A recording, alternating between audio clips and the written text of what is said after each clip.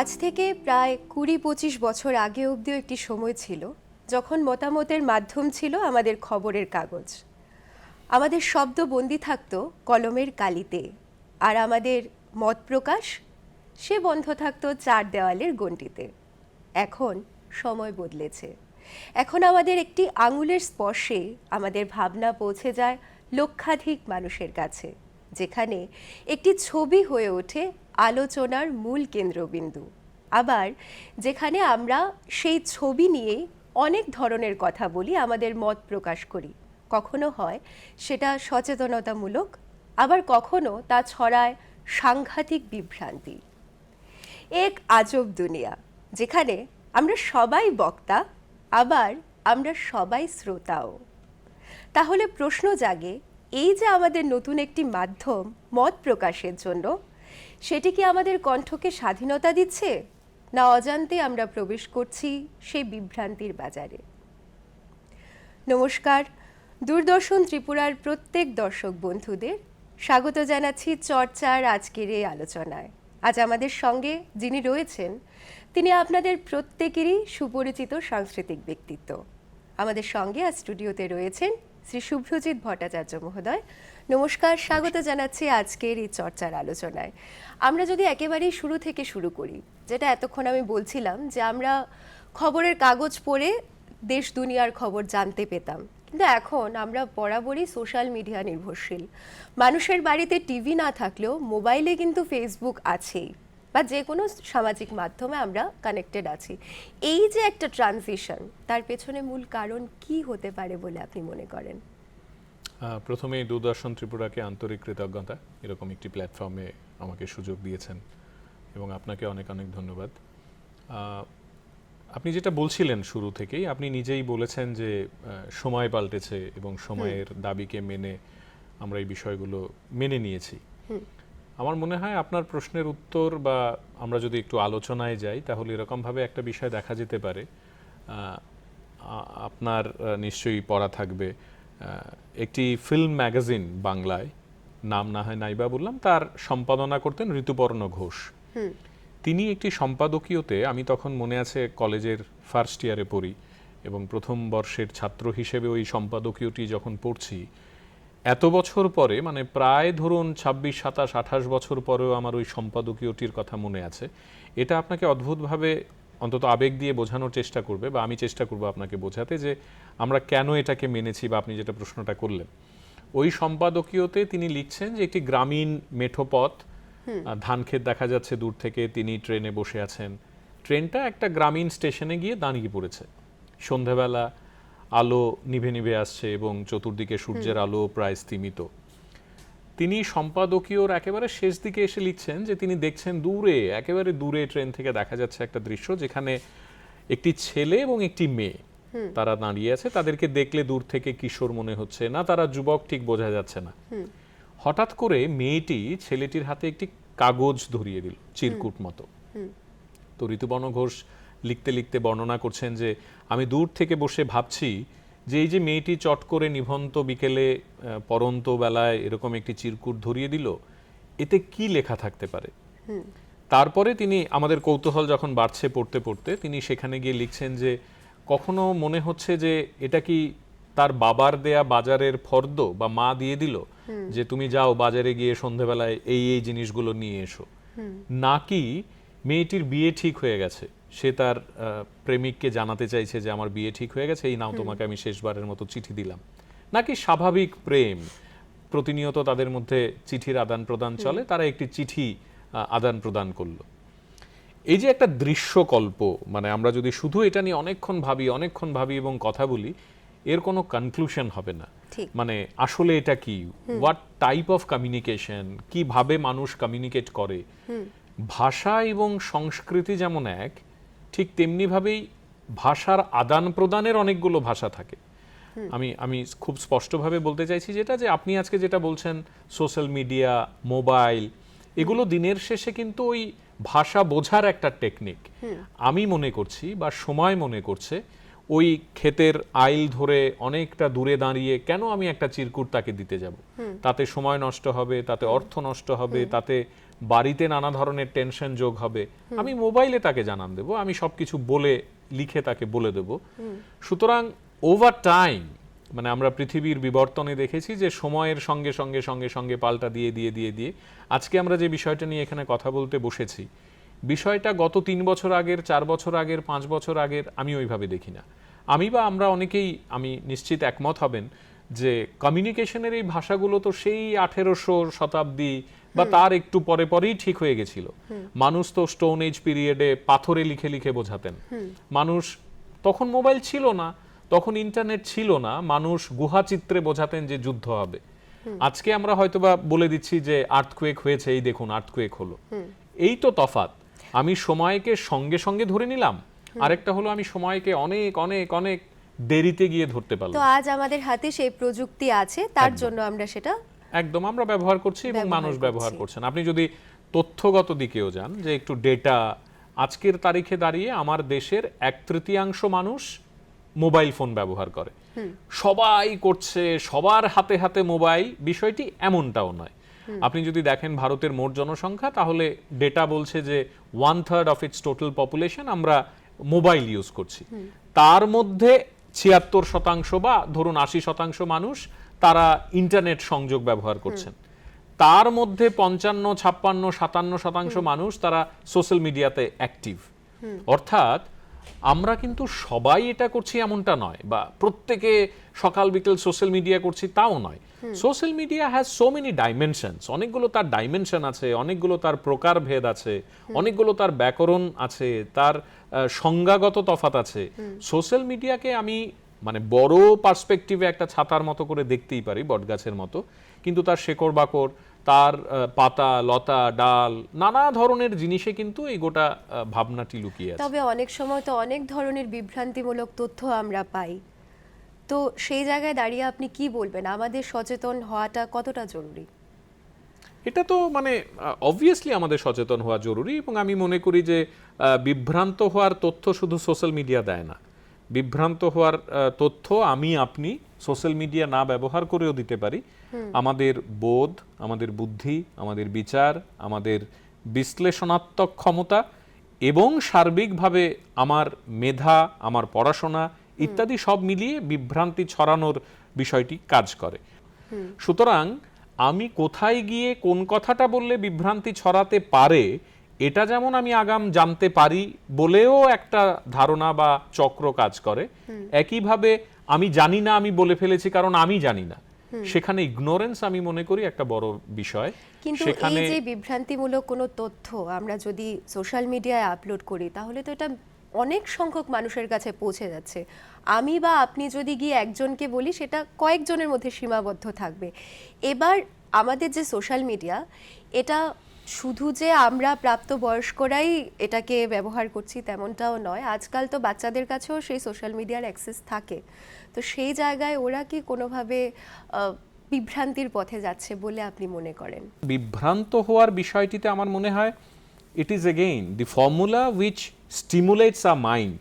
আপনি যে বিভ্রান্ত হওয়ার কথা বলছেন সেটা তো হবেই। আপনি মানে প্রযুক্তিগতভাবে যদি আমরা ব্যাখ্যা করি, তাহলে এই সুযোগটা বা এই মানে অ্যাক্সেসটা আপনি দিয়েছেন, প্রযুক্তি আমাকে দিয়েছে, এবং প্রতিনিয়ত আমাদের এই বিষয়টা বুঝতে হবে যে বিভ্রান্ত শুধুমাত্র বাচ্চারা হচ্ছে না, আপনি যেটা বললেন একটু আগে, বড়রাও হচ্ছে, যারা বয়স্ক তারাও হচ্ছে, হতে পারে, বিকজ অ্যাভিনিউ আছে আপনার কাছে। আপনি হবেন কিনা বা বিভ্রান্ত হতে চান কিনা তার ডেফিনেশন আপনাকে ঠিক করতে হবে।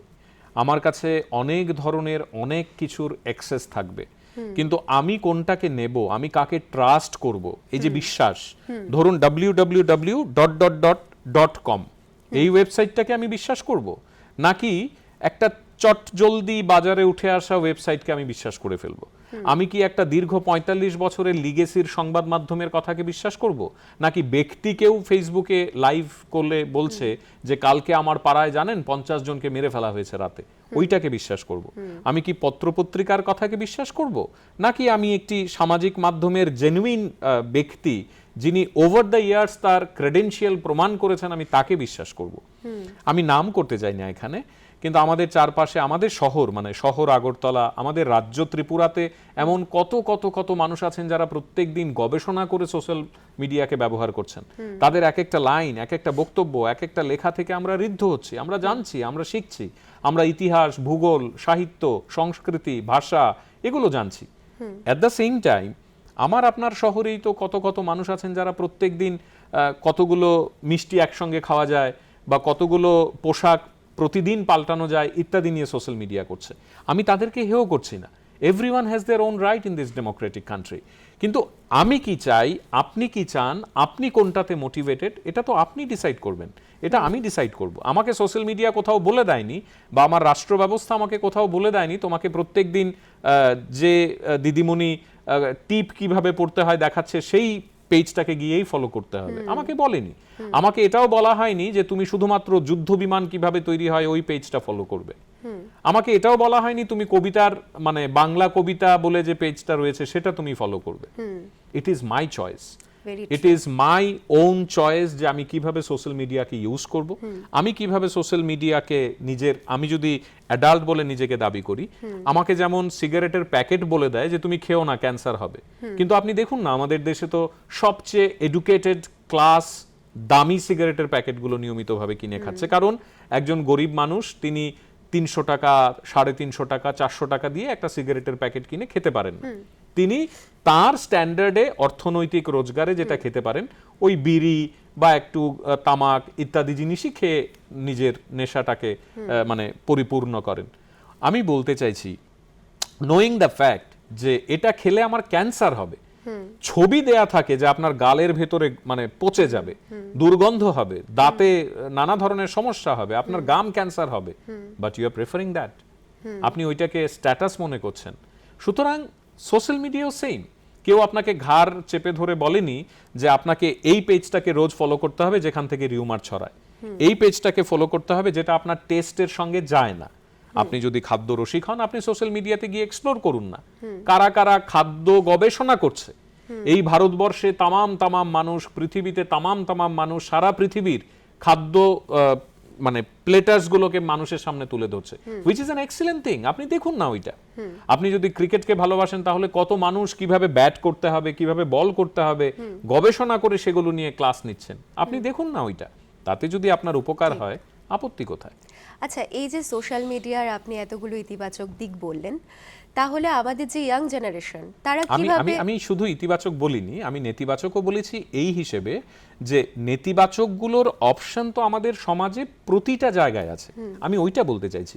আপনি স্কুটি চালান, আপনি হেলমেট ছাড়া বেরিয়ে গেলেন, আপনি ওভারটেক করছেন, আপনি তো নেতিবাচক একটি ভূমিকা পালন করছেন এই সমাজের বুকে। কিন্তু আপনি যদি হেলমেটটা পরেন, আপনি যদি ওভারটেক না করেন, আপনি তো মানে ইতিবাচক একটি ভূমিকা পালন করছেন স্কুটিটি নিয়ে। সুতরাং আমি বলতে চাইছি both this options R available.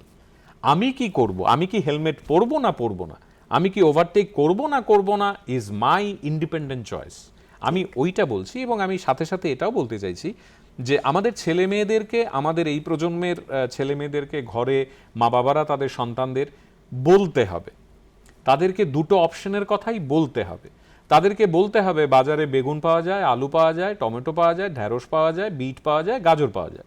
এই হলো ফুড ভ্যালু। তুমি কোনটা প্রেফার করছো? তোমার টেস্ট, তোমার ফুড ভ্যালু, তোমার শরীর। এবং ডাক্তার যদি রক্ত পরীক্ষা করে আপনাকে আমাকে বলে যে আমরা ঢ্যাঁড়স খেতে পারবো না কোনো একটা কারণে, ইট ডাজন্ট মিন ঢ্যাঁড়স খারাপ, ইট ডাজন্ট মিন এটা বয়কট করতে হবে আমাদের প্রত্যেককে। ইন্ডিভিজুয়াল, আমি বারবার করে বলতে চাইছি, একটি গণতান্ত্রিক কাঠামোতে ইন্ডিভিজুয়াল চয়েসকে আমাদের রেসপেক্ট করতে হবে, আমাদের বুঝতে হবে, আমাদের মেনে নিতে হবে, করছে করুক। আজকের তারিখে দাঁড়িয়ে আপনি আমি কেউ মানে নই এটা বলার যে ও খারাপ করছে। আমি আপনি কেউ বলতে পারবো না যে তুমি কেন ওইটা করছো, কারণ ওইটা তো সিস্টেম অ্যালাউ করছে। আমার রাষ্ট্র কাঠামো, আমার ফেসবুকের ইন্টারন্যাশনাল গাইডলাইন মানুষ কাটার দৃশ্য অ্যালাউ করে না, আমি দেখতে পারবো না। কিন্তু যদি 15টা রসগোল্লা 1 মিনিটে খাওয়ার প্রতিযোগিতাকে সোশ্যাল মিডিয়া অ্যালাউ করে, আপনাকে সেটা দেখতে হবে যদি আপনি মনে করেন আপনি দেখবেন। এটা আপনার উপর মানে ডিপেন্ড করে। এক্স্যাক্টলি। তাহলে ইয়াং জেনারেশন কিভাবে নিজেদের বেনিফিট করতে পারে এই সোশ্যাল মিডিয়া থেকে? ইয়াং জেনারেশনকে মা বাবারা কি বলছেন, ইয়াং জেনারেশনকে তাদের অধ্যাপক অধ্যাপিকারা কি বলছেন, ইয়াং জেনারেশনকে তার বন্ধুরা কি বলছেন, ইয়াং জেনারেশনকে তার বয়ফ্রেন্ড গার্লফ্রেন্ড কি বলছেন, ইয়াং জেনারেশন নিজে নিজেকে কি বলছেন, ইয়াং জেনারেশনের চারপাশ থেকে তার নিজস্ব বোধ এবং মোটিভেশন কি, এই অনেকগুলো ফ্যাক্টর আলটিমেটলি ইয়াং জেনারেশনকে গাইড করবে টুয়ার্ডস দি রাইট পাথ। এবং টুয়ার্ডস দ্য রাইট পাথ মানে সবসময় আমি জ্ঞানের কথা শুনবো, আমি পড়াশোনার কথা শুনবো, আমি বইয়ের কথা শুনবো, বা আমি বইয়ের পাতাতে যা আছে তাই শুনবো সোশ্যাল মিডিয়াতে, নাও হতে পারে। আমি পড়তে পড়তে ক্লান্ত, আমার মন যদি ঠিক করে আমি এখন সোশ্যাল মিডিয়াতে গিয়ে একটি বাংলা গান শুনবো, who is there to stop me? কে আমাকে আটকাবে? কিন্তু আমি যদি সোশ্যাল মিডিয়াতে পড়তে পড়তে ক্লান্ত হয়ে গিয়ে দেখি যে কিভাবে সিগারেট খেতে হয়, মে হার্ম মি, এই জায়গাটাতে আমার মনে হয় গার্জিয়ানস রোল, আমাদের বন্ধুদের রোল, আমাদের নিজেদেরকে বলার রোল যে না, এটা আমি করব না, এটা তো খারাপ, কেন করব? আপনি আমি কি ড্রেনের জল খাই না মিনারেল ওয়াটার খাই? খাই না তো ড্রেনের জল, কেন খাই না? কে বলেছে আমাদের ড্রেনের জল খাওয়া যাবে না? ছোটবেলা থেকে ওই আইডিয়া, ওই কনসেপ্ট আমাদের মধ্যে কে প্রবেশ করিয়েছে? যে বাচ্চারা আমরা ছোটবেলায় ড্রেনের থেকে বল তুলে নিয়ে বিন্দাস ক্রিকেট খেলেছি, ফুটবল খেলেছি, কই তখন তো আমাদের মনে হয়নি এটা নোংরা? আজকের তারিখে দাঁড়িয়ে তো আমি ড্রেনের জলের বলটাও তুলতে আমার কেমন একটু ঘৃণা করবে, মনে হবে আমার যদি স্কিন ডিজিজ হয়, আমার যদি অ্যালার্জি হয়, আমার যদি বাড়িতে গিয়ে হাত চুলকোয়। অর্থাৎ আমি বলতে চাইছি ওভার দ্য ইয়ার্স আমরা নিজেরা নিজেদেরকে ম্যাচিওর করি, আমাদের পারিপার্শ্বিক চেতনা বোধ আমাদেরকে ম্যাচিওর করে, মা বাবারা আমাদেরকে ম্যাচিওর করান, বন্ধুরা আমাদেরকে ম্যাচিওর করান, আমার স্ত্রী, আমার সন্তান, এমনকি আমার সন্তান আমাকে ম্যাচিওর করান। ইটস নট যে আমি সব সময় বড় বয়সে আর আমি সব জেনে গেলাম, বুঝে গেলাম, তা নাও হতে পারে। আমার সন্তান যদি বাড়িতে এসে কোনো মাকে বা তার বাবাকে বলে যে মা দেখো আজকে সোশ্যাল মিডিয়াতে আমি দেখেছি কিভাবে নেটে ভালো এক্সাম করতে হয়, দেখো তো এটা ঠিক কিনা, মা বাবা ওই ভিডিওটা দেখে, মা হয়তো বা পেশায় অধ্যাপক, বাবা হয়তো বা শিক্ষক, ওনারা দেখে যদি ওনাদের জীবন বোধ দিয়ে মনে করেন যে এই সোশ্যাল মিডিয়ার এই বক্তব্যটা তো আমার ছেলেকে মানে নেট পেতে সাহায্য করবে, আপত্তি কোথায় সোশ্যাল মিডিয়া? আমি ওইটা বলতে চাইছি। আচ্ছা, আমরা যখন সোশ্যাল মিডিয়াতে কোনো একটা কন্টেন্ট আপলোড করি, সেটা প্রচুর মানুষের কাছে পৌঁছে যায়, হাজার লক্ষাধিক মানুষের কাছে। তো অনেক সময় অনেক ধরনের নেতিবাচক কমেন্টও সেখানে আসে, অনেক ধরনের ক্রিটিসাইজ করা হয়, ট্রোল করা হয়। তো এই যে একটা মানসিক ইম্প্যাক্ট পড়ে, অনেকে তো এটা নিতেও পারে না। আমরা প্রায়ই খবরের পাতায় আমরা দেখতে পাই যে অনেক সময় অনেক ধরনের নিজেদেরকে ক্ষতিও করে ফেলে। কেন করেছে? ওই সোশ্যাল মিডিয়াতে ট্রোল হচ্ছিল, সে নিতে পারেনি। তো তখন কিভাবে ডিল করা? যদি এরকমটাই হতো তাহলে আমাদের দেশের সমস্ত রাজনৈতিক দলের নেতা নেত্রীদের কি হাল হতো? You are trolling them every day. Let's name any political party, any political leader, they are being trolled by their opponents. এক। দুই, cricket match India Pakistan, India হেরে গেল, কি হয় ক্রিকেটারদের? আমরা তো জুতোর মালা পরিয়েছি সচিন তেন্ডুলকরকে, পরাইনি? সচিন কি সুইসাইড করেছেন নাকি? সচিন তো ভারতরত্ন পেয়েছেন, সচিন তো ইন্টারন্যাশনাল অনেকগুলো ডিগ্রি এবং সম্মান পেয়েছেন। সোশ্যাল মিডিয়াতে আমি কিছু লিখলাম, আমি ট্রোলড হলাম, বা আমাকে কে ট্রোলড করলো, ইজ নট মি, ওইটা তো আমি নই। আমি বারবার তো এটাই বলার চেষ্টা করছি যে bodh is a very small word but a very big word. Chetna is a very small word but is a big word. আমরা আমাদের ইয়াং জেনারেশন থেকে এক্সপেক্ট করতে পারি? ধরুন ক্লাস 7 8 এর একটা বাচ্চা, আমি তো বলিনি যে ক্লাস 7 8 এর বাচ্চা চেতনা এবং বোধ জানবে। আমি বলেছি তার মা তাকে কি বলছে, তার বাবা তাকে কি বলছেন, তার শিক্ষক শিক্ষিকা তাকে কি বলছেন। আমাদের গ্রোয়িং পিরিয়ডে একটা সময় গিয়ে আমি আমাকে কি বলছি। আপনি আজকে এই যে আপনি এখানে বসে কথা বলছেন, আপনার বাবা লিখে দিয়েছে সবগুলো কথা? লিখে দেননি তো। আপনি বলছেন, আপনার বোধ বলছে, আপনার জাগতিক জ্ঞান বলছে, আপনার পারিপার্শ্বিক ধারণা বলছে। এই প্রশ্নগুলো আপনাকে আপনার কনসায়েন্স দিয়েছে, বা আপনার সারাউন্ডিংস আপনাকে দিয়েছে, বা দূরদর্শন ত্রিপুরার মানে আধিকারিকরা যারা, তাদের সঙ্গে যখন আপনি বিষয়টি নিয়ে কথা বলেছেন, ওনারা গাইড করেছেন। So it's about that guidance. আমি বলতে চাইছি আমরা যদি প্রপারলি গাইডেড হই, let it B a senior or a junior. আমি প্রথমেই বলেছি যে সন্তানকে বাবাকে সন্তান গাইড করতে পারে। Every time it need not be যে বাবা গিয়ে সন্তানকে বলছেন সবগুলো কথা, সন্তান তার বাবাকে বলতে পারে। সুতরাং সোশ্যাল মিডিয়া আজকের ডেটে আমি মনে করি না কোনো কনক্লুশনে যেতে পারবে, আমি মনে করি না এটার কোনো থিওরি হতে পারবে, আমি মনে করি না ইয়েস নো দিয়ে সোশ্যাল মিডিয়াকে ডেসক্রাইব করা যাবে। আপনি যতই আমাকে আজকে জ্ঞান দান করুন, আমি রাত্রিবেলা খাওয়ার পরে খাটে গিয়ে হাতে মোবাইলটা নিয়ে আমার ফেসবুক অন করে একবার দেখবই। It is that addiction. ভারতীয়রা আজকের তারিখে দাঁড়িয়ে দৈনিক 7 ঘন্টা সময় সোশ্যাল মিডিয়াতে অ্যাভারেজ স্পেন্ড করে, 7 আওয়ার্স। এবং আপনি জেনে কষ্ট পাবেন যে তার মধ্যে যে ক্যাটাগরিগুলো আছে, একটা রিসেন্ট স্টাডি বলছে তাতে এডুকেশনাল ভিডিওস সবচেয়ে কম দেখা হয়।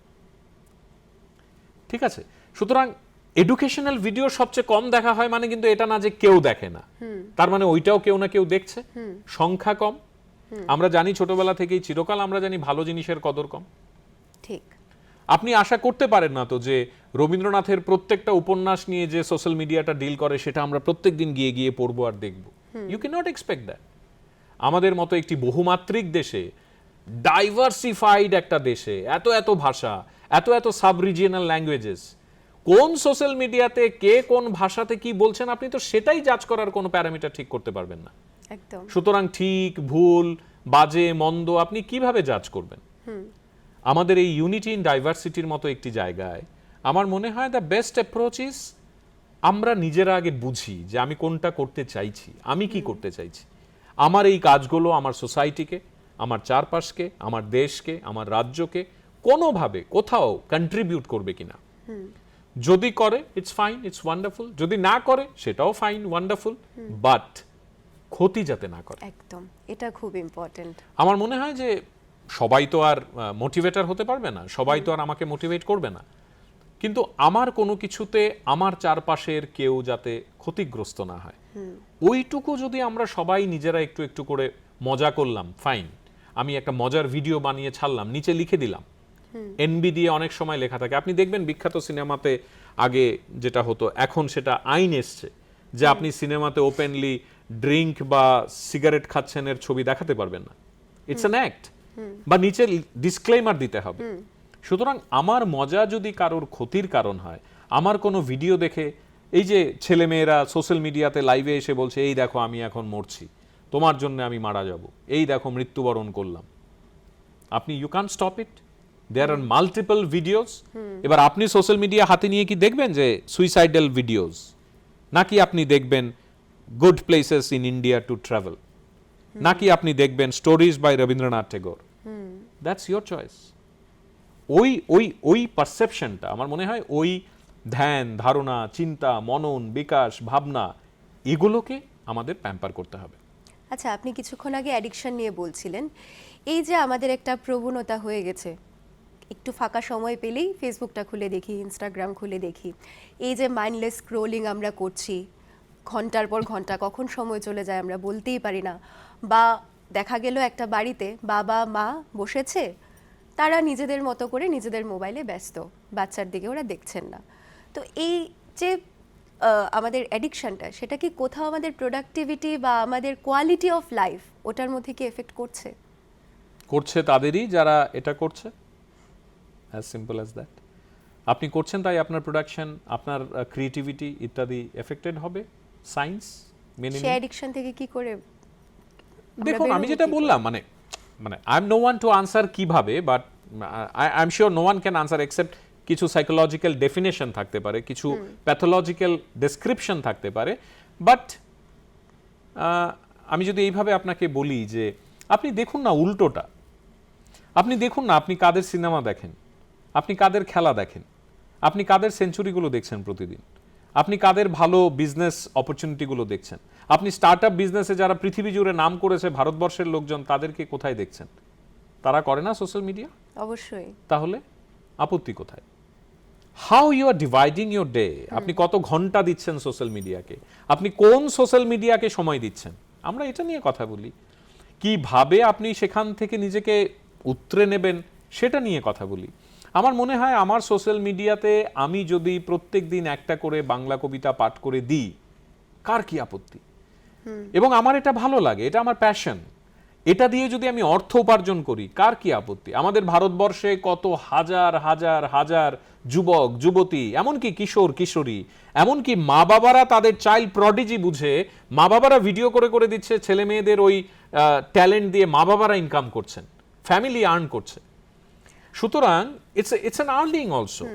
আমি গ্রামীণ মাছ ধরা দেখাচ্ছি আমার পেজ থেকে, আমি কি যেতে পারবো প্রত্যেকটা নদীর ধারে গিয়ে মাছ ধরা দেখতে পারবো? পারবো না তো। সুতরাং আমি বারবার করে আপনাকে যেটা বলতে চাইছি, বা আমার মন যেটা বলে, যে how properly we utilise our time. একটা তো থিওরি ছোটবেলা থেকে আমাদের শেখানো হয়েছে, 24 আওয়ার্স তুমি ডিভাইড করো 3 দিয়ে, 8 8 8, 8 ঘন্টা ঘুমিয়ে থাকো, 8 ঘন্টা মজা করো, 8 ঘন্টা কাজ করো। আমার ওয়ার্কিং আওয়ার যদি 8 হয়, আমার স্লিপিং আওয়ার যদি 8 হয়, আমার তো 8 ঘন্টা আমাকে দেয়া হয়েছে এনজয় করার জন্য, আমার লেজার পিরিয়ডের জন্য, আমার মন, মাথা, মগজ সমস্ত কিছুকে আনন্দ দেওয়ার জন্য 8 ঘন্টা আছে আমার কাছে। 8 ঘন্টাটা আমি কিভাবে ইউজ করছি? আপনি ঘুমের 8 ঘন্টা যদি 7.5 ঘন্টা জেগে কাটান, এই পৃথিবীতে কে আপনাকে ঘুম পাড়াতে পারবে? ঠিক। আপনি যদি কাজের 8 ঘন্টাটা ফাঁকি দেন, কাজটা না করেন, পৃথিবীর কোন মানুষ এসে আপনাকে 8 ঘন্টার কাজ করাতে পারবে? ঠিক। বায়োমেট্রিক দেয়া মানেই তো কাজ করা নয়। সকালে এসে আমি বায়োমেট্রিক দিলাম, ফেরার সময় বায়োমেট্রিক দিলাম, ডাজন্ট মিন আপনি কাজ করছেন। আপনি বায়োমেট্রিক না দিয়েও কোনো একদিন বাড়িতে বসে ওই 8 ঘন্টার চেয়ে বেশি কাজ করতে পারেন মানসিকভাবে। ইটস অ্যাবাউট দি ইনভলভমেন্ট, আমি মনে করি। সুতরাং you are deciding everything, I am deciding everything, my knowledge, my conscience, my perception, এগুলো আমাকে সব করাচ্ছে। আমি যত বেশি ম্যাচিওর্ড হব উইথ টাইম, আমি যত বেশি পড়াশোনা করব, আমি যত বেশি মৌলিক জ্ঞান অর্জন করব, আমি যত বেশি মানুষের সঙ্গে মিশবো, আমি সারাদিন বই পড়ছি, আমার সঙ্গে সোশ্যাল কন্ট্যাক্ট নেই কারো, আমি যত বেশি প্রকৃতি, পশু, পাখি তাদের সঙ্গে মিশবো, আমি তত বেশি নিজের সিদ্ধান্ত নিতে পারবো। আচ্ছা, আমরা আজকের এই চর্চার একেবারে শেষ লগ্নে এসে পৌঁছেছি। একেবারে সংক্ষেপে আপনার থেকে জানতে চাইবো যে আমাদের আজকে যে আলোচনার বিষয় ছিল সোশ্যাল মিডিয়া, মত প্রকাশের স্বাধীনতা না ভ্রান্ত তথ্যের বাজার, ভবিষ্যৎটা আপনি ঠিক কি দেখছেন, কোনটা হবে বলে আপনি মনে করেন? আমি কখনোই কোনো কিছুকে একটা দিকে দেখতে পারি না বা পারতে চাইও না। আমার কাছে এটা একটা মুক্ত আকাশ, আমার কাছে সোশ্যাল মিডিয়া মানে একটা বড় সমুদ্র, এপার থেকে ওপার দেখা যায় না, দিগন্ত বিস্তৃত যাকে বলে। আমার কাছে সোশ্যাল মিডিয়া মানে একটা বড় বড় বড় বড় বড় ক্ষেত্র, যেখানে নানা ধরনের প্রলোভন আছে, থাকুক, থাকবে, আরো হবে, আরো আসবে। এতে যৌনতার প্রলোভন থাকবে, এতে সাহিত্যের প্রলোভন থাকবে, এতে ক্রীড়ার প্রলোভন থাকবে, খাদ্যের প্রলোভন থাকবে, নানাভাবে নানা কিছু আমাকে টানবে টানবে টানবে। বড়শিতে কোন মাছ উঠবে বা কোন মাছ ধরা দেবে, সেটা যেমন যিনি মাছ ধরছেন তিনিও জানে না, আবার যে মাছগুলো বিচরণ করে তারাও ঠিক জানে না কখন গিয়ে ধরা দেবে। সুতরাং আমার মনে হয় ওই দিগন্ত বিস্তৃত মাঠে আমি পথচারী হিসেবে কিভাবে পথ হাঁটবো সেটা আমি ঠিক করব। অসংখ্য অসংখ্য ধন্যবাদ আজ আমাদের এই সময় দেওয়ার জন্য। সত্যি আমরা অনেক কিছু জানতে পারলাম আপনার থেকে। দর্শক বন্ধুরা, আমাদের প্রশ্নগুলো চলতে থাকবে, তার সঙ্গে চলতে থাকবে আমাদের এই উত্তর খোঁজার পালা। কারণ এই প্রশ্নগুলো শুধুই প্রযুক্তির নয়, এই প্রশ্নগুলো আমার আপনার সচেতনতার জন্য। আজকের মতো চর্চার এই পর্ব আমরা এখানেই শেষ করছি। ভালো থাকবেন সকলে। নমস্কার। নমস্কার।